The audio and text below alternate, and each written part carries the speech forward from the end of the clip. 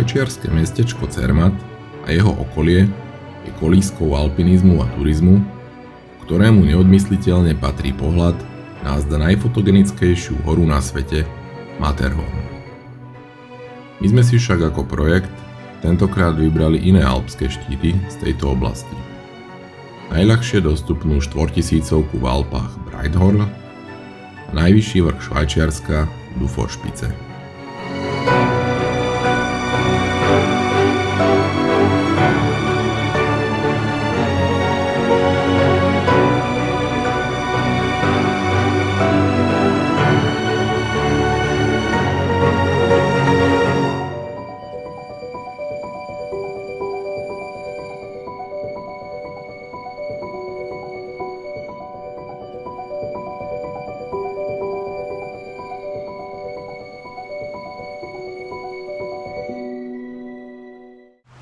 Náš prvý alpský výstup začína veľmi pohodlne. Priamo v centre Zermattu nasadneme na lanovku a necháme sa vyviesť až na najvyššie položenú stanicu lanovky v Európe, ležiacu na vrchu Klein Matterhorn.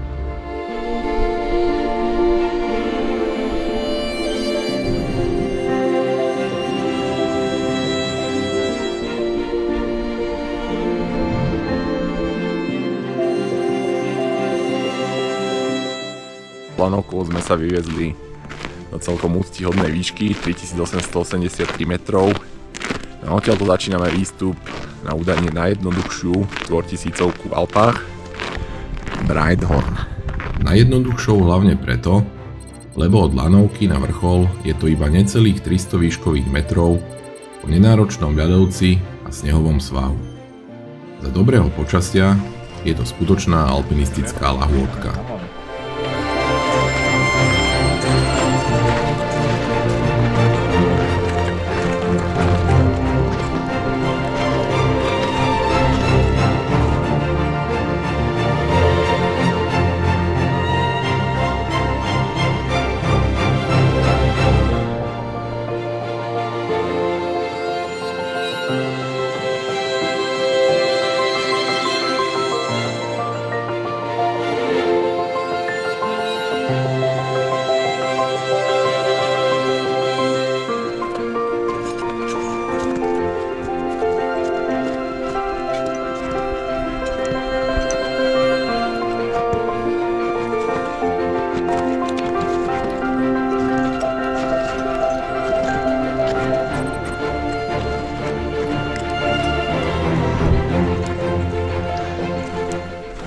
Po zhruba hodine sa ocitneme na vrchole a nevieme sa vynadívať na úchvatnú alpskú scenériu, ktorá sa nám vynára pred očami.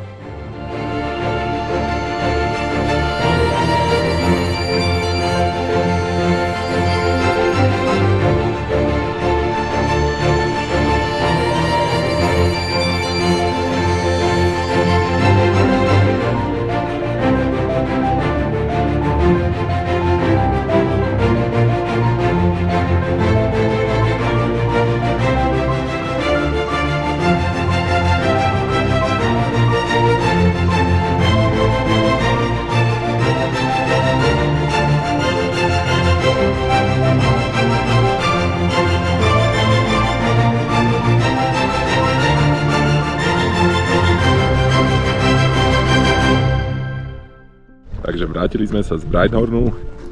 Dnes tu máme alpinistického nováčika.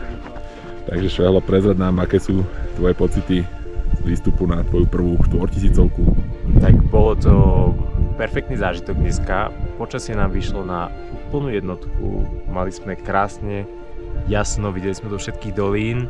A trošku teda ten riedky vzduch, je to náročnejšie ísť hore tým kopcom, ale akože tie výhľady z vrchu boli parádne, takže perfekt dneska. Cestou späť sa zastavíme v útrobách lanovkovej stanice na Klein Matterhorne, kde sa nachádza v ľadovci vyhlbená jaskyňa s množstvom vytesaných ľadových sôch.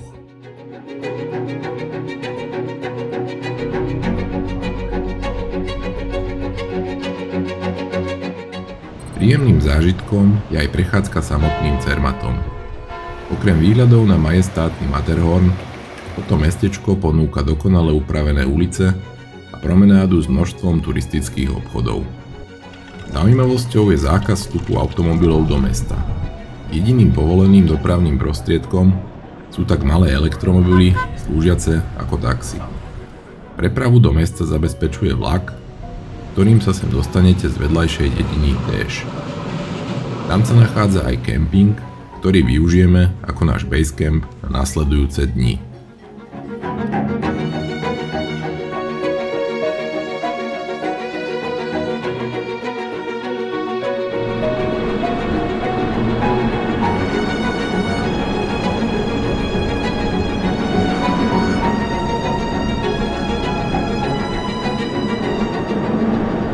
Nasledovný deň využijeme zakúpenú permanentku na lanovky v Cermate a vydáme sa na scenickú jazdu vláčikom smerom na Gorný Grad.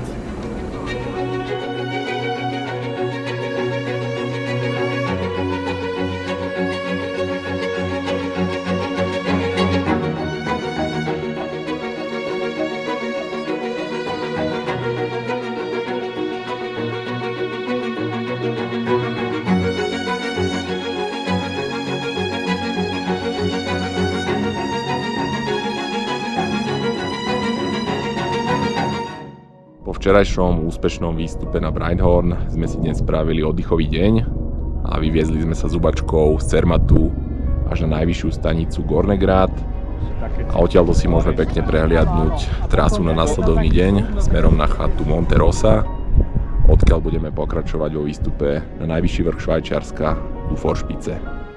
Duforšpice je už o mnoho tvrdší oriešok. Výstup normálkou si vyžaduje minimálne 2 dni. Prvý deň turistika od lanovky na horskú chatu Monte Rosa a druhý vrcholový deň poctivých 1850 výškových metrov po trhlinami popredkávanom ľadovci s niekoľkými lezeckými pasážami. Máme sa teda na čo tešiť.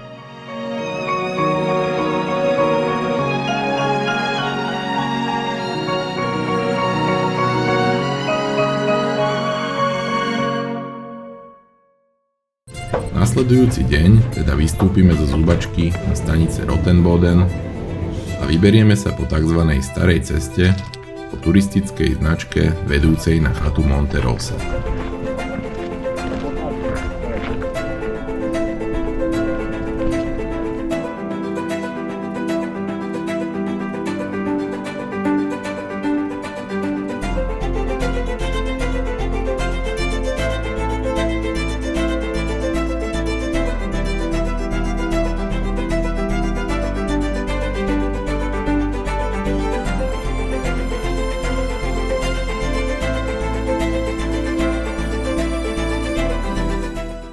Táto trasa je veľmi pestrá a ponúka aj mini feratu, prechod rieky a ľadovca.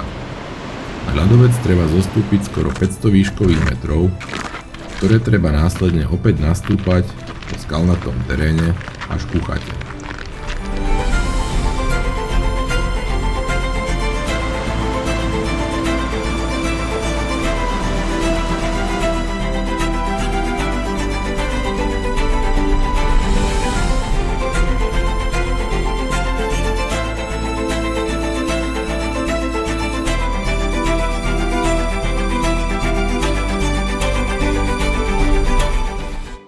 Dorazili sme na chatu Monte Rosa a od lanovky sme išli po starej ceste, ktorá bola viac menej stále po vyšlapanom chodníku, akurát na jednom mieste križovala ľadovec, nakoniec to ale bola celkom slušná túra.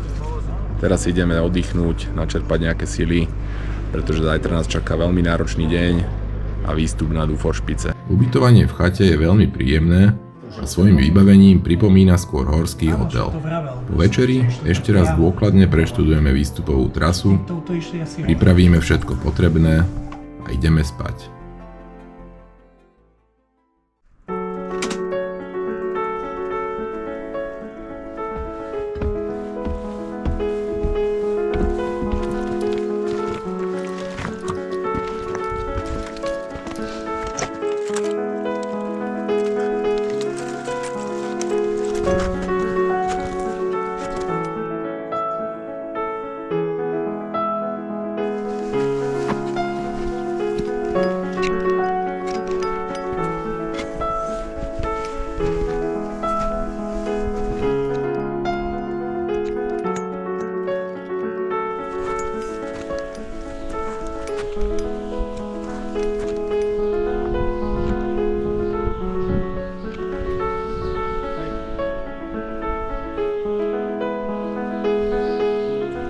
Začiatočný skalný nástup k ľadovcu v miernom daždi a následný labyrint trhlín v tme nás stál veľa síl. Čerstvo napadaný sneh a prešlapávanie stopy je extrémne vyčerpávajúce. Navyše počasie je stále horšie a horšie a tak sa po 8 hodinách dostávame do miesta, kedy musíme náš postup prehodnotiť. Tak, dostali sme sa až sem do sedla Satel. Bohužiaľ, počasie nevyzerá vôbec dobre, viditeľnosť takmer nulová, sneží nám tu, pred nami je najťažšie miesto, ktoré by sme mali preliesť ponad túto trhlinu. Nevyzerá to vôbec ružovo, takže myslím, že v tomto momente je najlepšie náš výstup ukončiť a vrátiť sa dole. Ako náschvál do pol hodiny sa počasie totálne vyjasní a všetko zrazu vyzerá úplne inak. Už nám však nezostávajú fyzické ani psychické sily na druhý pokus a vieme, že dnes sa už na vrchol nedostaneme. Rozhodne to bol však veľký zážitok a za výkon sa hanbiť nemusíme. A hora tu predsa vždy bola a vždy aj bude, a tak sa nám snáď naň podarí vystúpiť niekedy na budúce.